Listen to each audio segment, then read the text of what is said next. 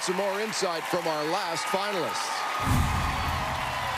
Here's Meryl's journey to our ballroom challenge. I grew up in a suburb of Detroit, Michigan. I was born there. I've spent my whole life there. The first time Meryl was on the ice was at a lake near our home. She was about 3, and she expressed interest in getting lessons.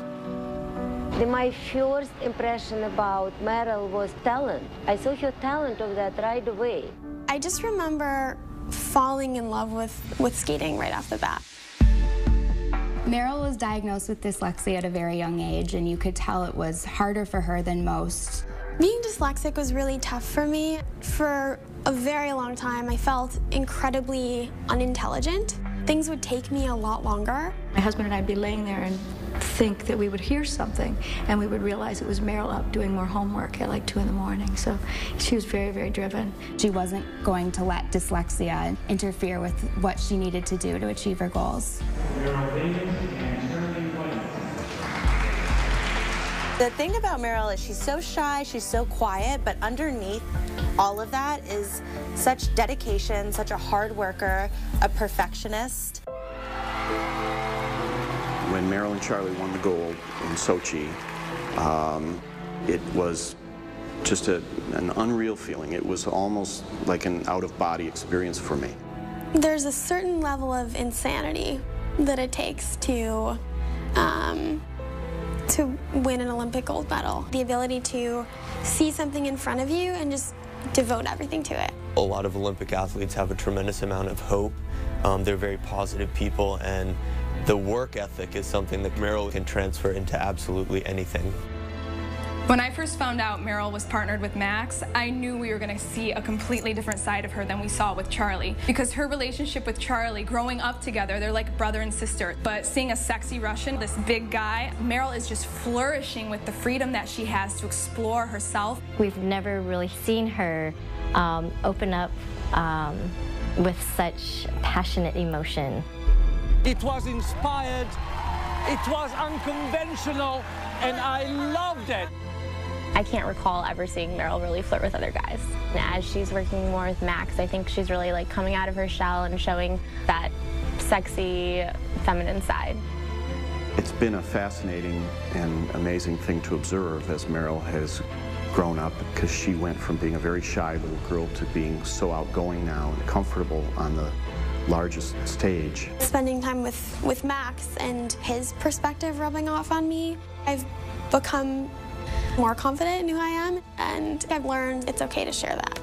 We could stand. Yeah? Mm-hmm. And this is more powerful than anything you'll do. Yeah.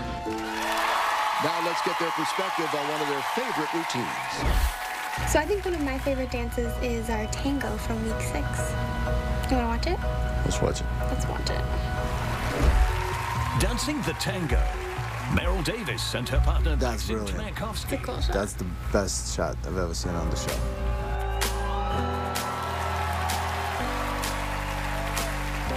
That was actually my favorite costume, too. I love that costume. So close to you right now, it's a force field. And there's no stopping us right now. I feel so close to you right now. And then get out of here. Look at this. Look at that. That's like a visual orgasm right there, with lights and flickering and stuff. I feel so close to you right now.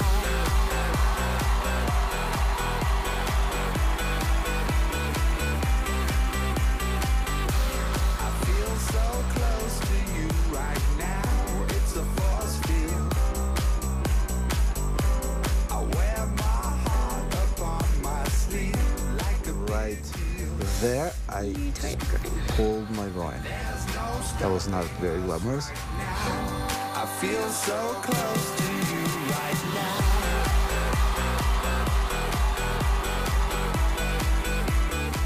Dude, your frame is brilliant.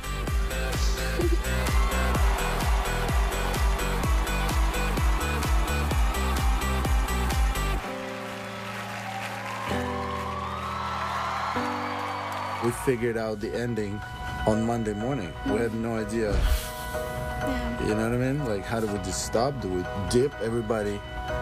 You know, Dramatic. there's always that formula to end the dance on Dancing with the Stars. I just can't do it.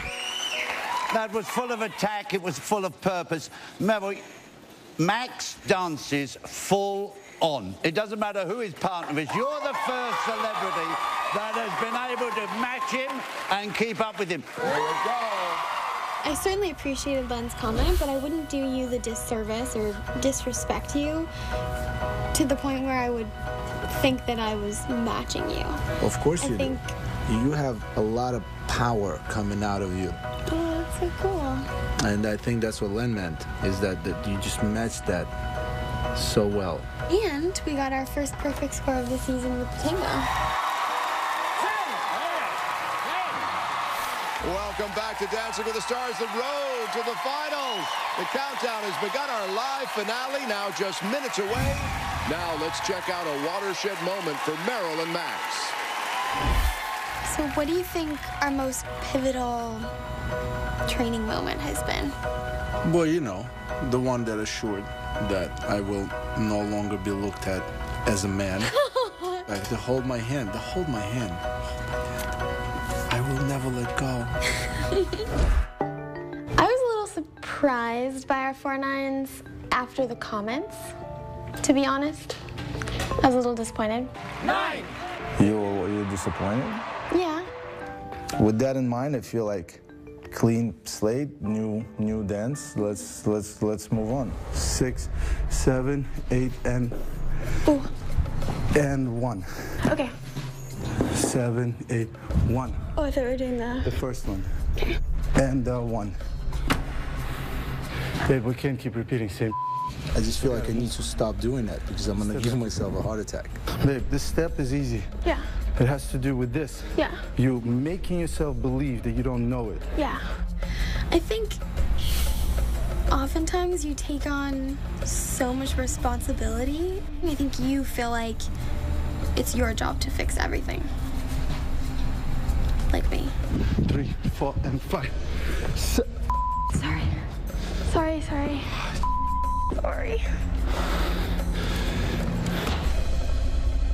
What's wrong? We do all we can. Last week, you get 9s. Why am I so out of breath and just exhausted looking? Because I'm frustrating and just you. sweaty. I'm trying to do more, and it just sucks me back in. I don't want to do this. Phoning in? Did somebody really call me out on phoning in? But, see, that's... Okay. Hold my hand. That's the problem, is you're questioning yourself, and you're not the problem. The problem today is you're scared. That's what I'm telling you. Scared of what? I don't know. I wish I knew. I'm terrified. I'm not scared. Of what? When we had that conversation and you were stressing out a little bit and I asked you to hold my hand, I feel like for me that was a way to kind of allow ourselves to lean on the friendship that we had built. And I felt like that was the first time I felt like we weren't kind of on the same page and we weren't together. And so I felt like making you hold my hand and kind of stepping away from where we were was kind of a way to reconnect and reach back to the dynamic that we had built over so many weeks. Don't even try to pep talk me. I'm pep talking you. We can pep talk each other. How many people have you asked to hold hands before? I've never asked anyone to hold my hand before. That was the first time? Mm-hmm. You can hold my hand anytime. No, babe. Now here's what the judges have to say about Meryl and Max. Meryl has had more time at the top of the leaderboard than any other finalist. She is the chased, not the chaser. Meryl is one of the strongest dancers we've ever had. At times, she is indistinguishable from a professional. Strength, range, ability to play characters with such an intensity. I absolutely am fascinated by her. They have the best partnership I've ever seen. It's magic. Once in a while, you can put two people together that don't know each other, and you get them dancing, and something magical happens. That is what's happened with Meryl and Max. She brings out the best in Max, and Max has brought out a whole other side of this Olympic champion that none of us ever saw before, and it's wonderful. Later tonight, someone will take that Mirrorball trophy home. If it's Meryl, she deserves it because she's been outstanding all the way through. Unforgettable. Last week, you tweeted your questions to Meryl and Max. Here's their reply. So we have some fan questions on Twitter. We have fans. We have fans! Yeah! So, Olivia Hargay is dying to know. Max, what is your favorite thing about Meryl, and the one thing you're going to miss most about her? Yo, let me see this question. After the show. Let me see this question. You just made it up. No. My favorite thing about Meryl has to be the incredible work ethic and just all around genuineness. I don't know if that's a word. And she just thinks that she could pet me all the time. Because I can. And get away with it. And she gets away with it. You know? From Jenna, from Auburn. And she asks, can you please date, get married, have babies, and then name one after me? No. I don't know. You like the name Jenna? I like the name, but I don't know if I would name my firstborn Jenna. Yeah. I mean, it's a great name. It's a great name, Jenna. Great name. Awesome suggestion. I'll keep it in mind. This Madison Montgomery, I love watching Meryl and Max. They're so sweet to each other.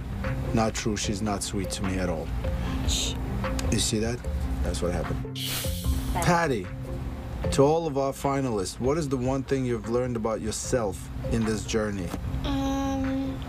Well, one of the things I've learned about myself is that I feel like sometimes I need to stand up for myself a little bit more. Hell yeah! That's what's up. That's what's up. That's what's up.